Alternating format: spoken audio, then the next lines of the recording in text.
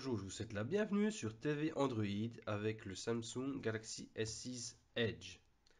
Donc pour commencer, niveau caractéristiques et design, donc caractéristiques, c'est un système d'exploitation Android Lollipop 5.0.2 qui a été mis à jour il y a quelques semaines, avec interface constructeur TouchWiz, écran 5,1 pouces, Super AMOLED, de définition 2K en 2560 x 1440, avec traitement anti-rayures Gorilla Glass 4.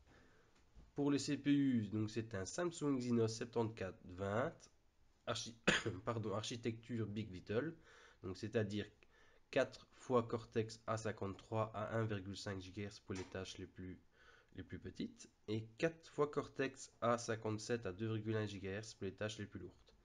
Pour la puce graphique, c'est un Mali T760 MP8 et 3 Go de RAM. Pour la mémoire interne, il y a trois capacités différentes, 32, 64 et 128. Pas de micro SD sur ce modèle. Pour l'appareil photo dorsal, c'est du 16 mégapixels avec ouverture 1.9. Pour l'appareil photo frontal, du 5 mégapixels avec aussi ouverture 1.9. Pour ce qui est du Wi-Fi, donc c'est du Wi-Fi 802.11 ABGNAC, donc c'est-à-dire 2,4 et 5 GHz, le Bluetooth 4.1, le NFC, le port infrarouge. Bon, c'est un petit gadget, mais ça peut être utile par exemple si on a oublié sa télécommande. Donc on peut utiliser son téléphone pour changer de chaîne. Ça peut même être utile aussi pour le décodeur. La 4G, catégorie 6, nano SIM, micro USB 2.0.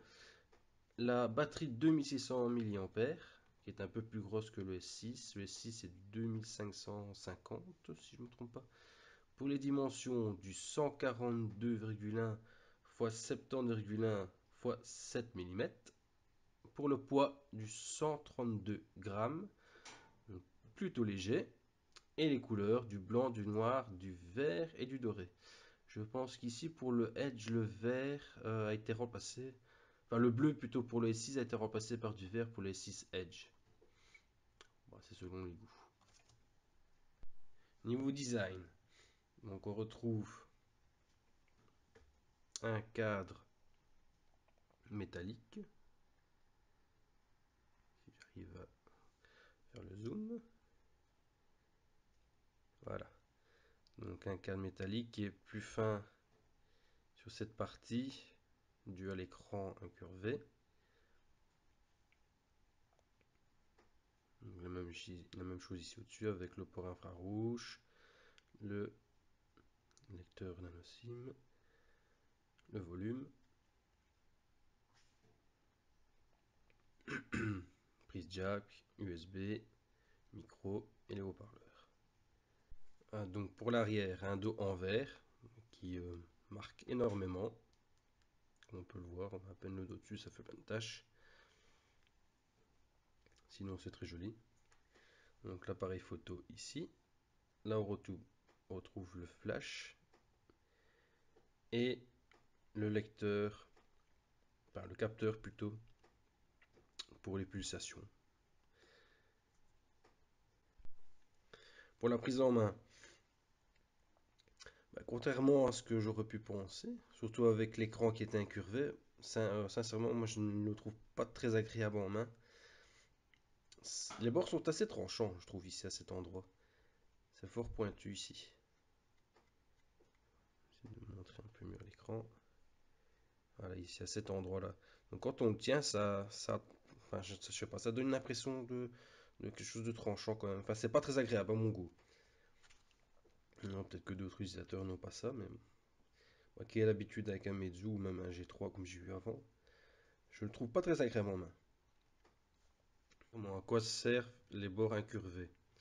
Par exemple, en mode veille comme ici, permet, enfin, on voit pas très bien là, parce que le minute est un peu basse, voilà. Permet d'afficher l'heure, la date et le niveau de la batterie. Une fois allumé, en faisant défiler sur la droite, je vais montrer directement. Donc ici il y a un menu, quand on fait ça, donc ça permet d'afficher plusieurs informations et même des raccourcis. Par exemple ici la galerie. Si on le fait encore,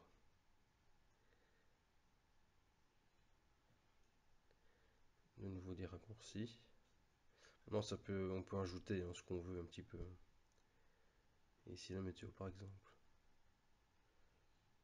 Ici voilà, donc ça permet de modifier. C'est un peu plus complet depuis qu'ils sont passés à la mise à jour en version 6. Il y avait un peu moins d'options avec l'autre. Enfin, ça reste toujours un petit peu gadget quand même. Donc, toujours pour la partie logicielle. L'interface est plutôt fluide malgré la surcouche TouchWiz. Donc, ce qui est comme amélioration, c'est notamment ici, avec la version 6 d'Android, ils ont fait une petite refonte, raccourci.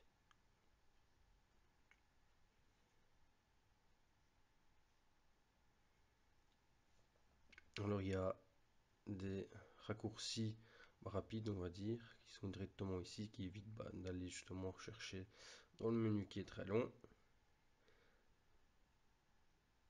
C'est vraiment les raccourcis les plus utilisés, donc l'affichage par exemple, donc on va dessus, hop, donne accès aux options d'affichage.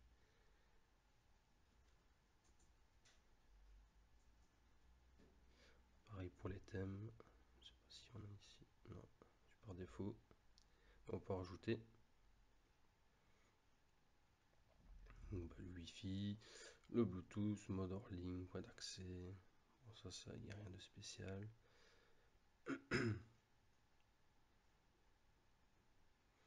Pour l'affichage.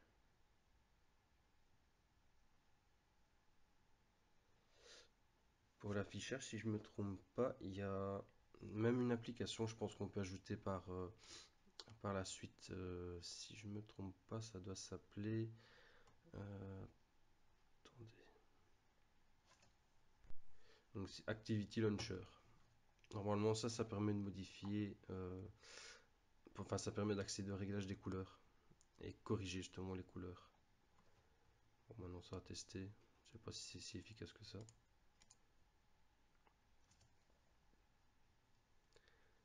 Donc ici, écran latéral, c'est pour régler ce qu'on peut afficher d'autre. Donc, par exemple ici pour afficher des flux, effectuer des va-et-vient rapides avec le doigt.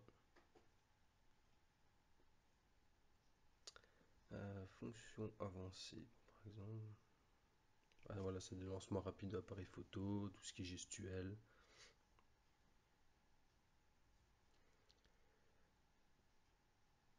Donc, écran d'accueil, écran de verrouillage. Donc pour le lecteur d'empreintes, c'est dans verrouillage.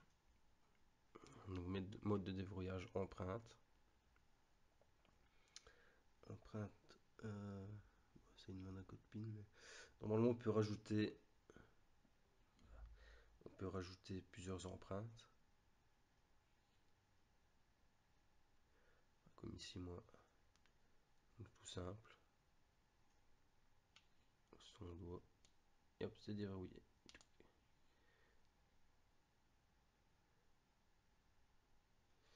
Donc dans les paramètres, je pense qu'il n'y a plus grand chose à regarder. Fond d'écran, thème, écran d'accueil. Stockage peut-être. Donc c'est un 32.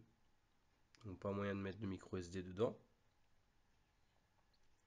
Et bien sûr sur les 32, il y a déjà la couche Samsung dessus.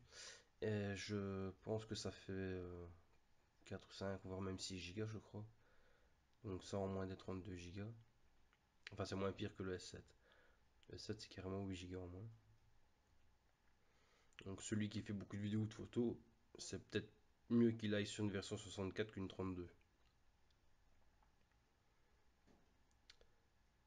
Donc à propos de l'appareil, c'est bien 6 Edge. Voilà, ça c'est du 6.0.1 au lieu de la version 5.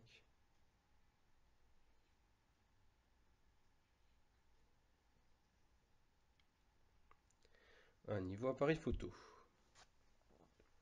bah, il est vraiment très bon, pas mal. Bon, on se rendra pas très bien compte comme ça en vidéo. Il fait vraiment de belles photos.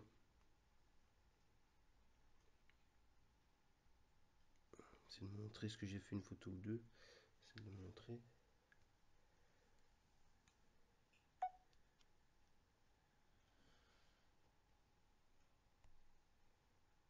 Voilà. Et celle-ci aussi. On voit bien les détails.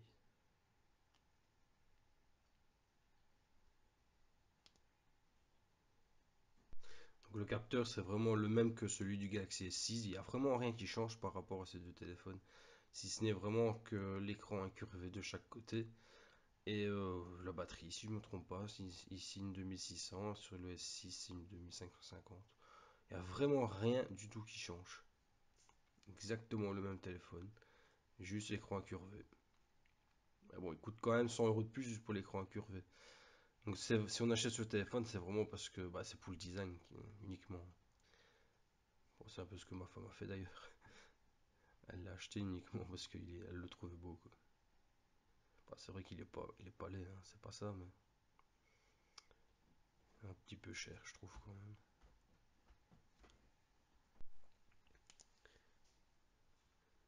Pour la partie performance, bah, tout. Alors quand j'ai lancé, normalement il devrait faire dans les 80 000, 80-81. Bon, aussi quand j'ai lancé il fait que 75. Comme on peut le voir normalement il doit se classer ici 5ème 80. Bon ça varie toujours un petit peu, hein. Il suffit que je le refasse et que je vais taper du 79. Bon, c'est juste un petit test, hein. C'est pas ça qui...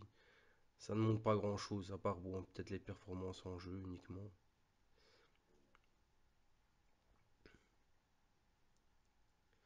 Voilà, bah, par exemple par rapport à un G4, bah, il y a quand même une bonne différence.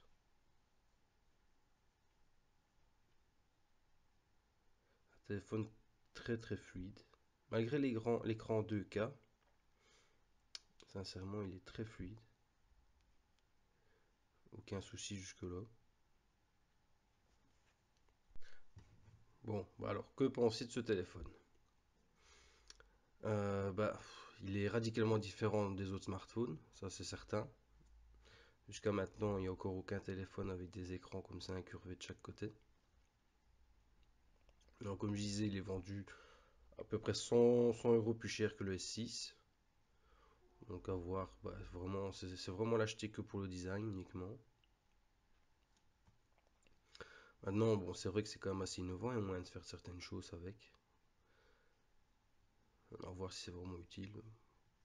Moi, je pense que ça n'apporte rien grand-chose qu'on aille là et qu'on utilise les raccourcis ou qu'on aille directement ici dans le bas. Enfin, ça change rien. Ça ne donne pas un gain de justement de temps. Enfin, c'est plus un gadget. Donc, bah, il est vraiment fonctionnel. Maintenant, c'est vrai qu'il est très léger aussi, il est quand même assez mince. C'est sincèrement, si on l'achète, comme je dis, c'est uniquement pour le design, pour le côté esthétique. Sinon, il est quand même assez cher pour le peu de fonctions supplémentaires. Moins d'avoir pour la même gamme de prix, même un peu moins cher, mieux. Donc, pour la même gamme de prix, plus ou moins, même beaucoup moins cher, il y a le Xiaomi Mi 5 qui va bientôt sortir. Bon, maintenant, bon, ce n'est pas vraiment à mettre contre le 6, le 6 Edge, c'est plus contre le S7. Mais ce téléphone-ci est quand même encore dans les 500 euros, 525, 550 à peu près minimum. Donc je pense que bon, il y a moyen de trouver mieux et moins cher. Ça, c'est question d'avis, bien sûr. Sinon, c'est vrai qu'il est très beau, surtout l'arrière. Ça fait quand même penser au Sony Xperia.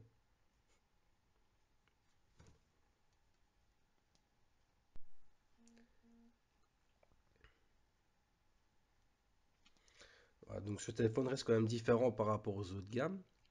Ça, c'est certain. Maintenant, à justifier encore une fois les 100 euros de plus que le S6, je ne pense pas. Donc celui qui veut vraiment un Samsung, bah, moi je lui conseillerais plutôt le S6 ou bon, bientôt ici maintenant qui va sortir le S7. pense pas que le Edge se vale vraiment, enfin en tout cas pour une différence de prix comme ça. Sinon, c'est vrai que c'est un beau smartphone, un super design. Les performances sont très très bonnes. Très bonne finition également aussi, c'est quand même bien fait. Bah, pour moi, ce n'est pas suffisant pour acheter ce téléphone. Surtout qu'en plus, bah, design unibody, donc on peut pas changer de batterie. On n'a pas de micro SD sur le téléphone. Donc ceux bah, qui aiment bien avoir du stockage, qui font beaucoup de vidéos, beaucoup de photos, même avec la version 64, ça risque d'être quand même juste. Voilà, vraiment celui qui aime bien le design. Sinon, bah, c'est pas à conseiller. Voilà, donc pour un peu récapituler, bah, pour les on va dire le design qui est quand même bah, unique. C'est le seul téléphone pour l'instant qui fait ça. Les performances qui sont très bonnes. Appareil photo qui est très bon aussi, très correct. Maintenant, bon, on va voir dans le temps, mais il a l'air quand même assez solide, bien fini. Pour les comptes, bah, 100 euros de plus que le S6, comme je disais. Pas de slot de micro SD, pas de batterie amovible. Oui, je n'ai pas trop parlé non plus, mais le haut-parleur, pas top top. C'est vraiment faiblard. Les bords qui sont quand même, enfin qui sont pas très bien faits, je trouve quand même. C'est quand on l'a en main, c'est un peu tranchant. Et parfois certains contenus, notamment dans les jeux, on va, comment dire, ça bave un peu sur les bords justement, d'être bien fini, on va dire. Bah, ça repasse dessus. Enfin, c'est pas très joli quand on joue. C'est surtout dans les jeux. Sinon, dans les vidéos, en général, ça fonctionne très bien. Il n'y a pas de souci avec les écrans incurvés. Donc, faut vraiment, à part ça, à donner une note, bah, c'est entre 7 et 8, je pense.